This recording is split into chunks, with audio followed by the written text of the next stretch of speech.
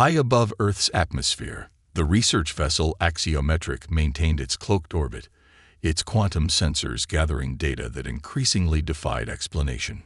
Commander Zex 427, leading the Galactic Scientific Council's preliminary assessment team, faced an unprecedented situation in their 3 centuries of xenological research.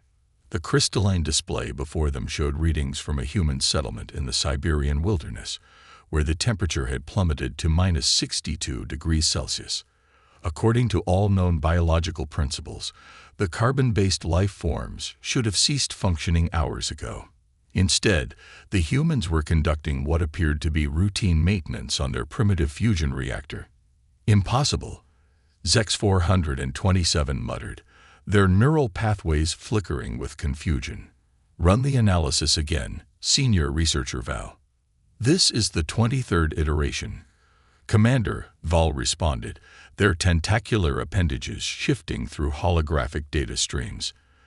The humans are maintaining perfect homeostasis through nothing more than basic insulation and their natural biological processes.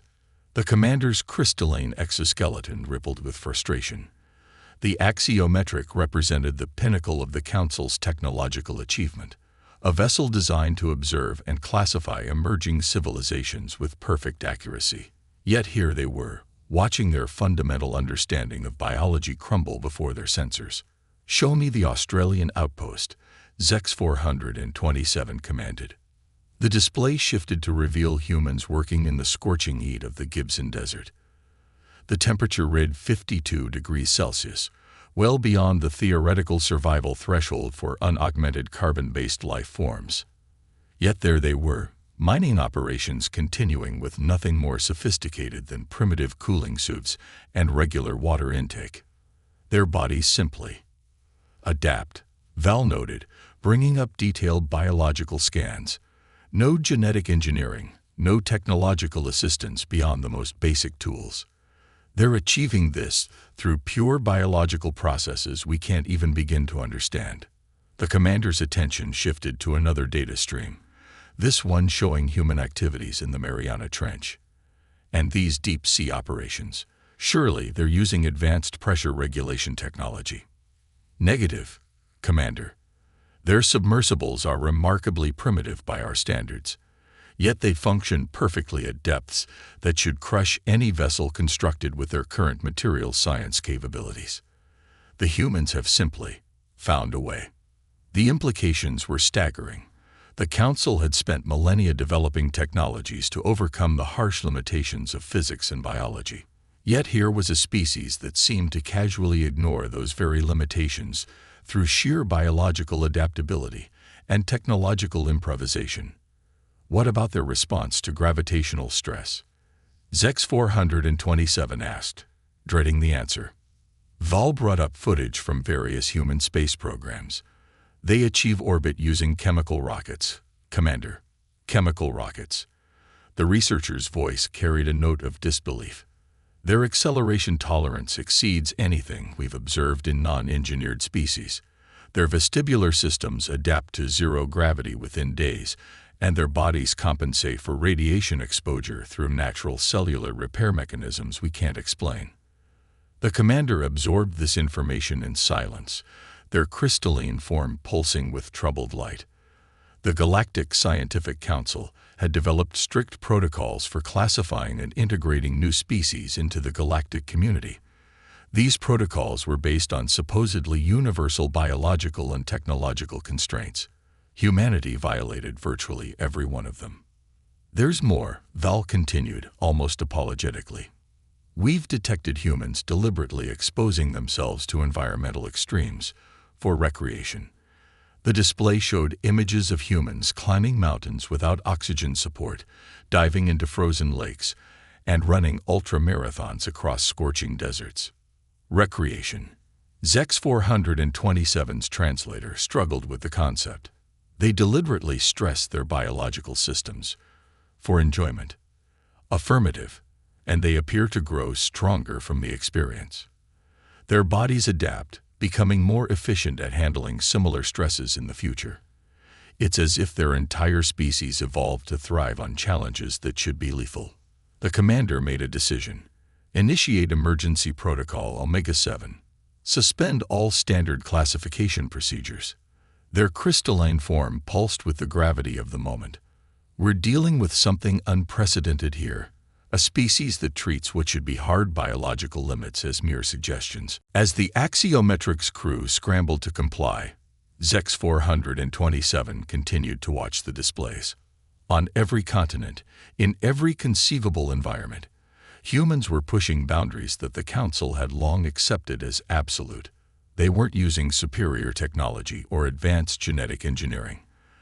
They were achieving the impossible through a combination of biological adaptability and sheer determination that defied scientific explanation.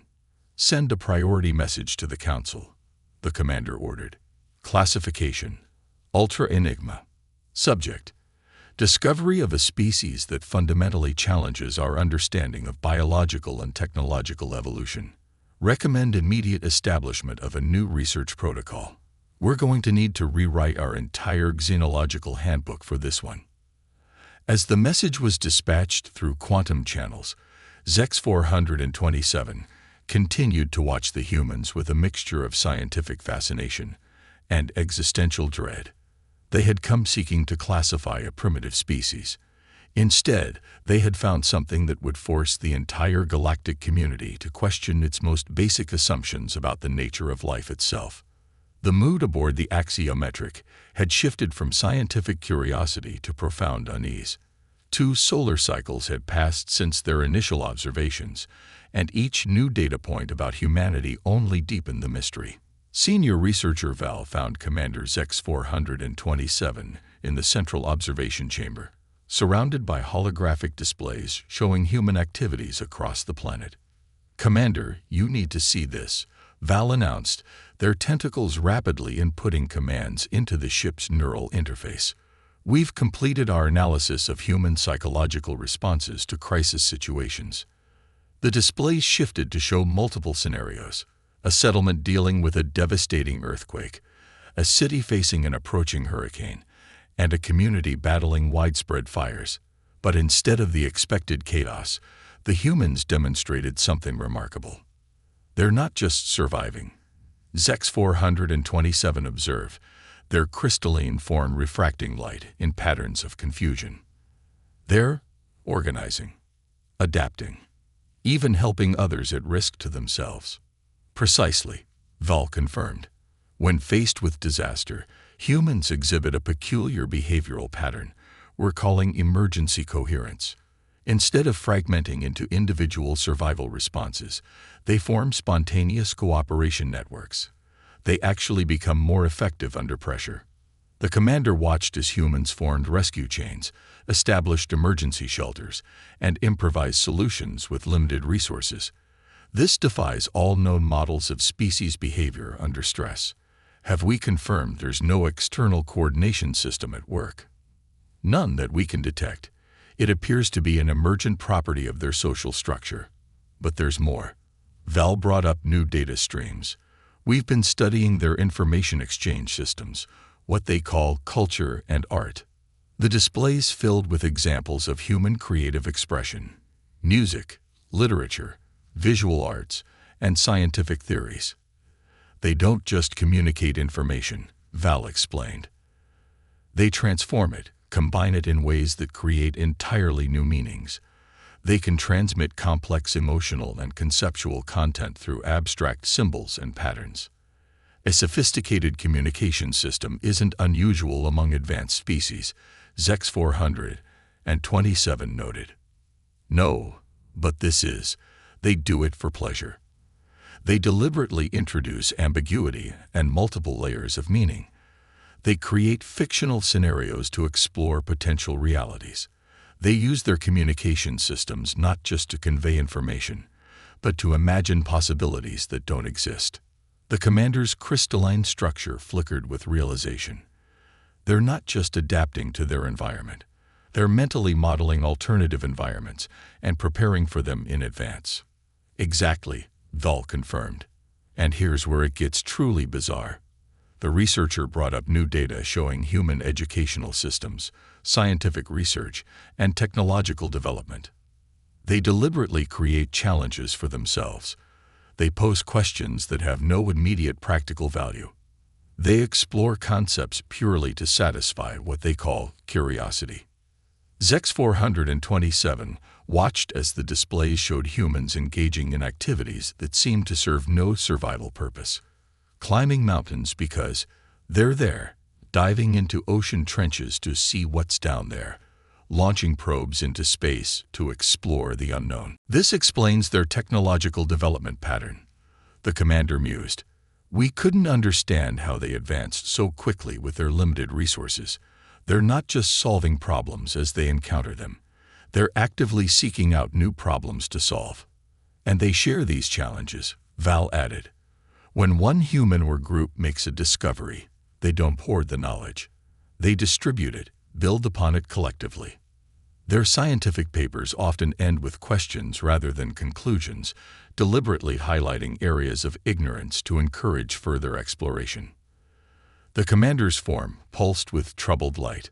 This violates everything we know about competitive species behavior. Resource optimization theory states that species should minimize risk and energy expenditure, not actively seek out challenges. There's something else, Commander. Val's tentacles moved nervously. We've detected patterns in their fictional narratives and entertainment media. They frequently imagine scenarios where they encounter advanced alien species. That's not unusual for emerging civilizations. No, but their typical response is, in most of these scenarios, they don't imagine themselves as the inferior species seeking wisdom. They imagine themselves teaching the advanced aliens something important, something the aliens, with all their technology, have forgotten or never knew. The commander absorbed this in silence. They're not just adaptable, they finally said. They're confident in their adaptability. They don't just survive challenges, they actively seek them out, believing they'll not only overcome them, but grow stronger in the process. Should we modify our observation protocols? Val asked. No, ZEX 427 decided. We need to go deeper, expand surveillance to their decision-making centers. I want to understand how they handle direct conflicts. If they approach combat and competition with the same creativity, we need to know. As the research team dispersed to implement the new directives, the commander remained in the observation chamber, watching the countless displays of human activity. On one screen, a group of humans was designing a new device to explore the ocean depths. On another, children were learning about distant galaxies, their eyes filled with wonder rather than fear of the unknown. What are you? ZEX 427 murmured to the holographic images. What kind of species looks at the impossible and sees it as an invitation? The answers would come soon enough, but the commander had a growing suspicion they wouldn't like what they discovered. Because if humanity's response to natural challenges was any indication, their reaction to discovering they were being watched might be equally unconventional. The Axiometrics emergency alert system activated without warning, pulling Commander ZEX 427 from their rest cycle. Rushing to the command center, they found senior researcher Val already there, their tentacles moving frantically across multiple control surfaces. Report, the commander demanded, their crystalline form still adjusting to full awareness. We've detected a massive military mobilization, Commander, Val responded, bringing up global tactical displays. Multiple human nations are moving forces into position. Energy signatures consistent with their weapons systems are active. ZEX 427's form pulsed with alarm. Have they detected us?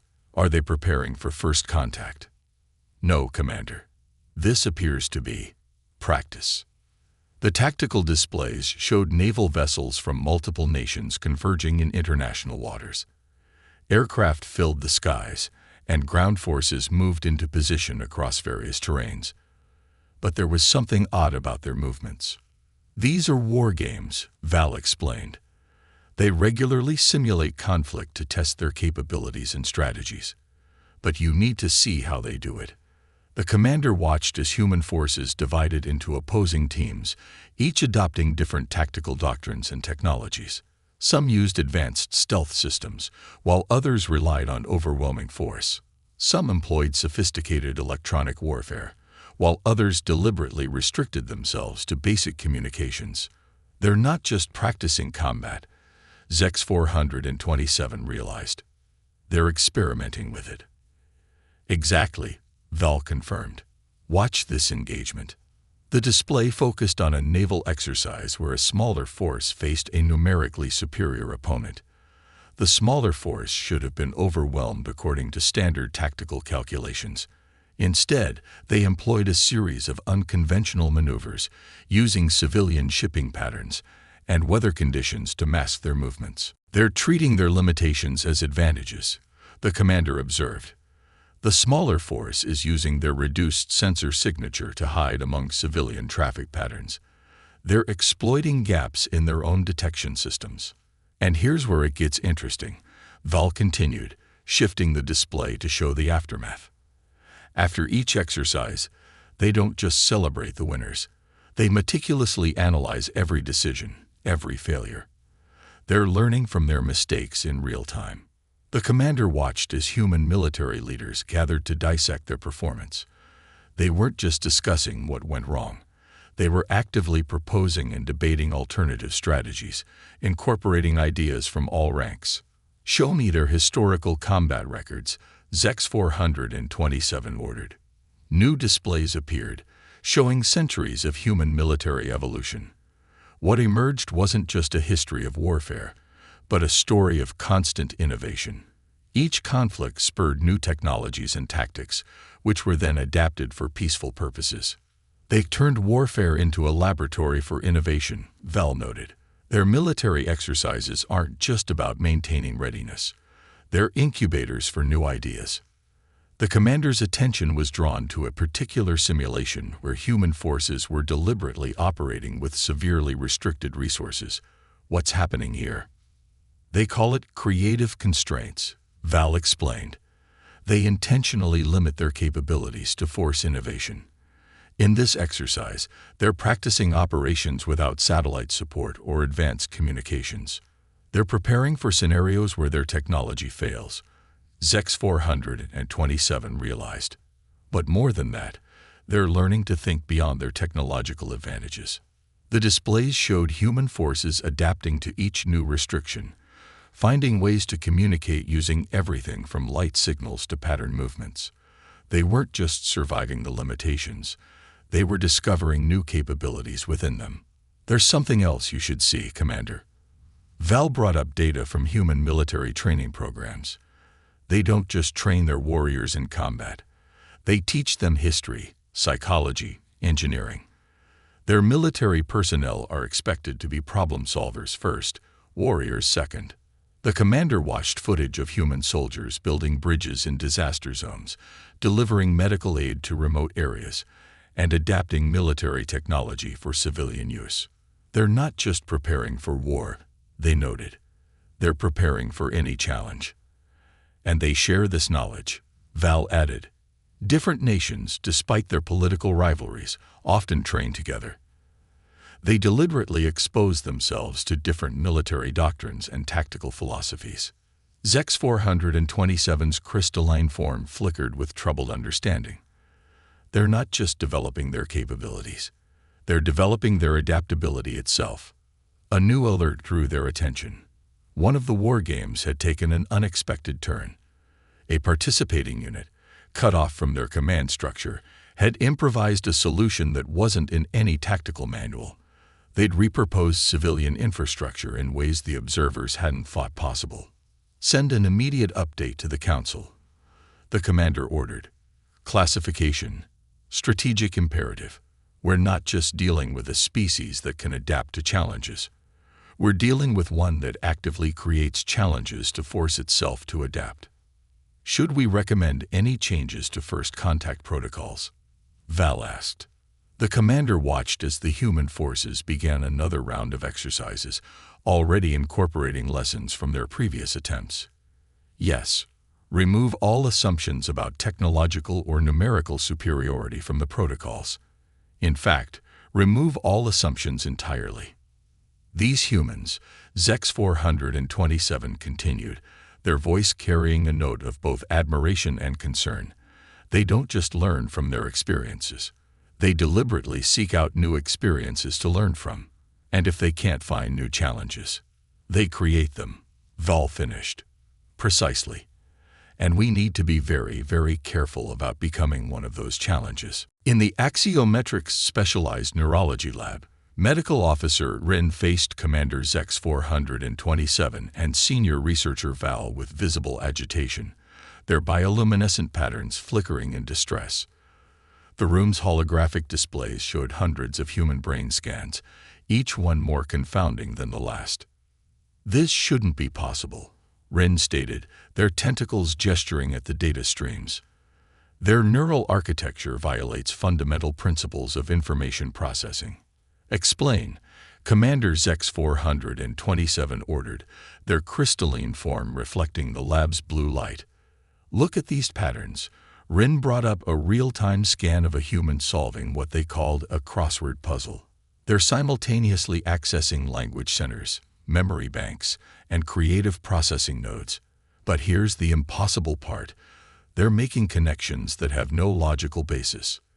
The display showed neural pathways lighting up in seemingly random patterns, creating connections between unrelated concepts.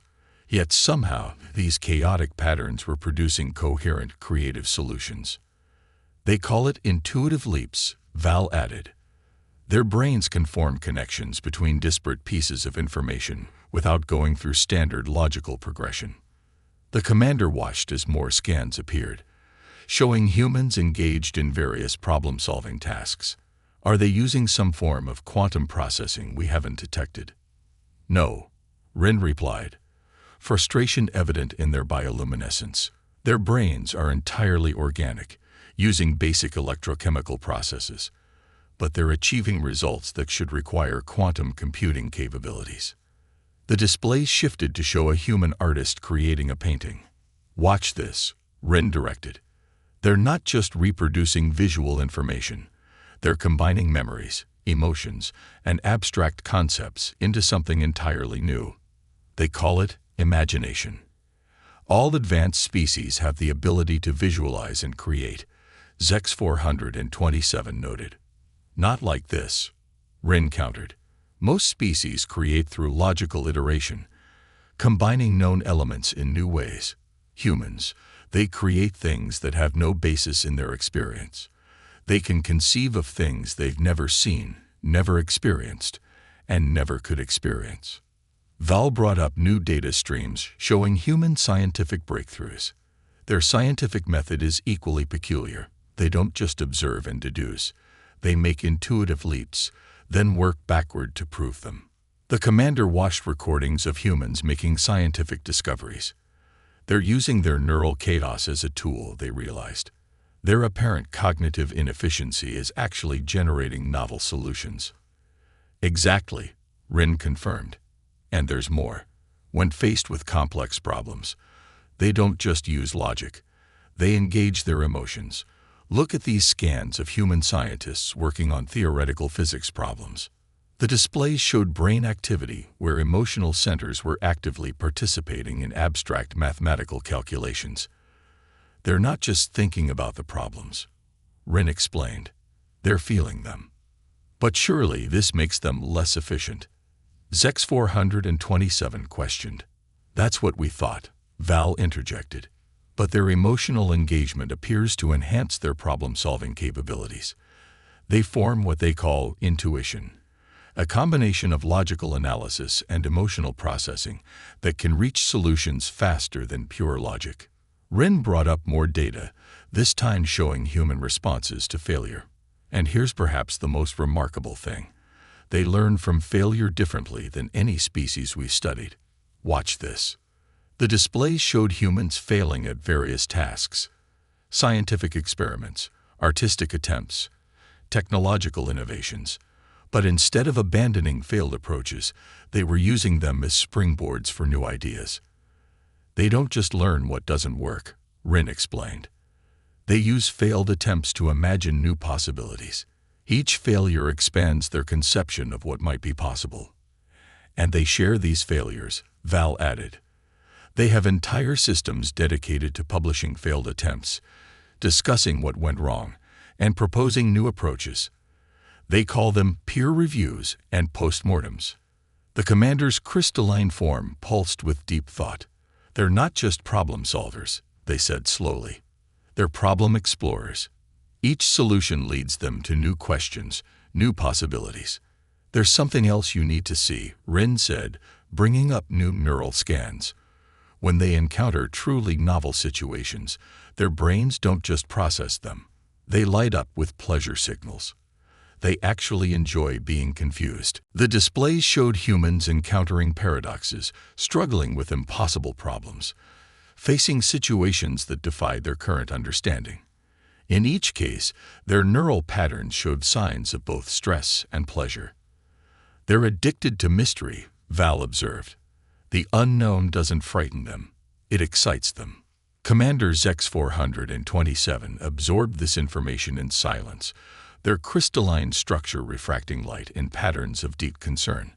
Update the first contact risk assessment. They finally ordered. Add a new category. Cognitive unpredictability factor. How should we rate them? Val asked. Off the scale, the commander replied. We're dealing with a species that doesn't just solve problems. They actively seek them out, create them, share them, and derive pleasure from them. A species that uses chaos as a tool and turns failure into inspiration. As if to emphasize the point, the displays showed a new set of scans. Humans engaged in what they called brainstorming, deliberately generating dozens of bad ideas to find good ones. Their neural patterns a beautiful chaos of creativity and connection. Their minds, Zex 427 mused, they're not just different in capability. They're different in purpose. They don't seek to eliminate uncertainty. They thrive on it. The axiometric shuddered as another gravitational wave rippled through spacetime. Commander Zex 427's crystalline form vibrated with alarm as emergency alerts flooded the command center. What had begun as a routine observation mission had turned into a potential catastrophe. Status report, the commander demanded. Senior researcher Val's tentacles flew across control surfaces. The quantum singularity powering our main drive is destabilizing, Commander. The containment field is failing. How? Our technology is foolproof. It was. Val interrupted, their bioluminescence pulsing with urgency. But these gravitational anomalies we've detected, they're not natural. They're emanating from a human research facility in Antarctica. The holographic displays showed a massive human scientific installation.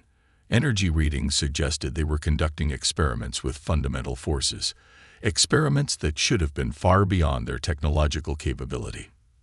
They're attempting to manipulate gravitational fields, Medical Officer Rin reported, joining them at the command center. Their crude attempts are creating ripples in spacetime that are interfering with our containment systems. Commander Zex 427's form flickered with realization. They don't even know we're here, and they're already disrupting our advanced technology with their experiments. Another shock wave hit the ship, stronger this time. Warning signals blared as the containment field dropped to critical levels. If the containment fails completely, Val warned, the resulting explosion will destroy everything within 1,000 kilometers. Millions of humans will die.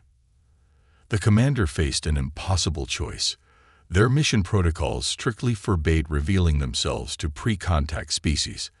But if they didn't act, their ship's disaster protocols would automatically eject the drive core into the ocean, potentially triggering a catastrophic chain reaction. We need.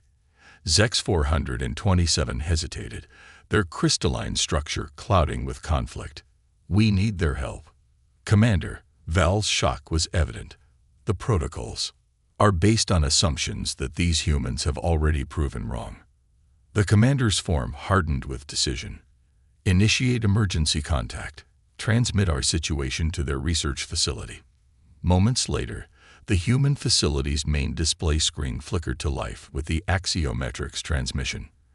The assembled human scientists stared in shock at the crystalline form of Commander ZEX-427. Human researchers, the commander began, their translator converting their photonic speech patterns into Earth English. We are a scientific vessel in orbit above your planet. Your gravitational experiments are destabilizing our power systems. We require immediate assistance to prevent a catastrophic failure.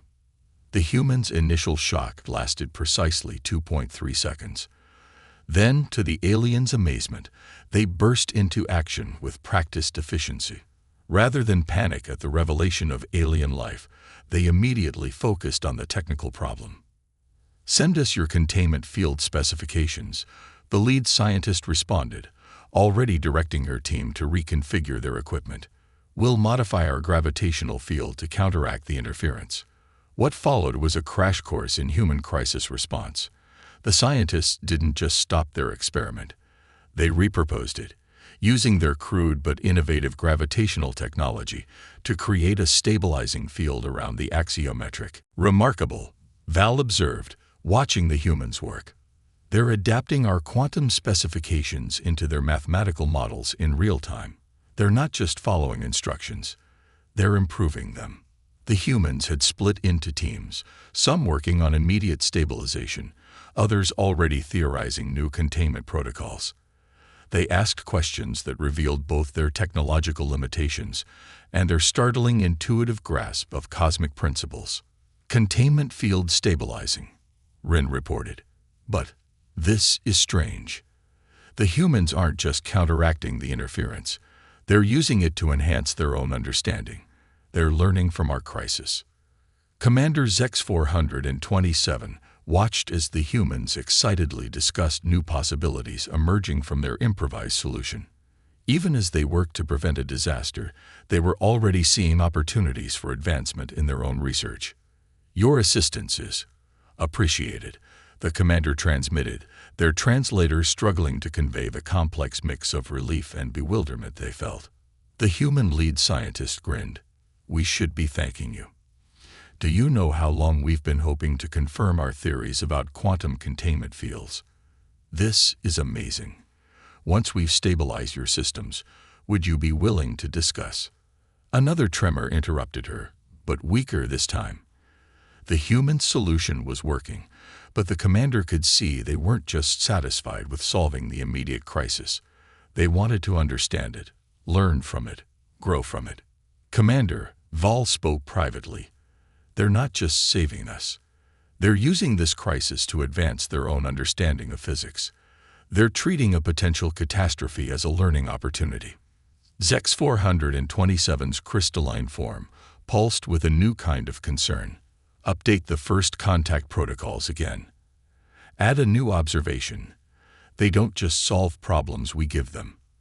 They turn those problems into opportunities we never imagined." As the crisis subsided, the commander watched the humans already beginning to adapt their newfound knowledge to other applications. They hadn't just prevented a disaster. They'd turned it into a breakthrough. Perhaps, ZEX-427 mused, we should be less worried about what we might accidentally reveal to them, and more interested in what they might teach us. The grand chamber of the Galactic Scientific Council had never been so crowded. Representatives from every major spacefaring civilization gathered to hear Commander ZEX-427's final report on humanity. The commander's crystalline form stood before the assembled council, their appearance still bearing traces of their extended Earth mission. "Honored Council," ZEX-427 began, their photonic voice resonating through the chamber. "I stand before you to propose something unprecedented. The creation of an entirely new classification category for a pre-FTL species." Murmurs rippled through the assembly. In 10,000 years of galactic civilization, no such proposal had ever been made. "The humans of Earth," the commander continued, activating the chamber's holographic systems, defy every classification framework we have established. They are not merely an emerging technological species. They are something we have never encountered before. The chamber filled with images from their mission. Humans thriving in environments that should have been lethal, solving problems that should have been beyond their capabilities, and turning limitations into advantages in ways that defied conventional logic.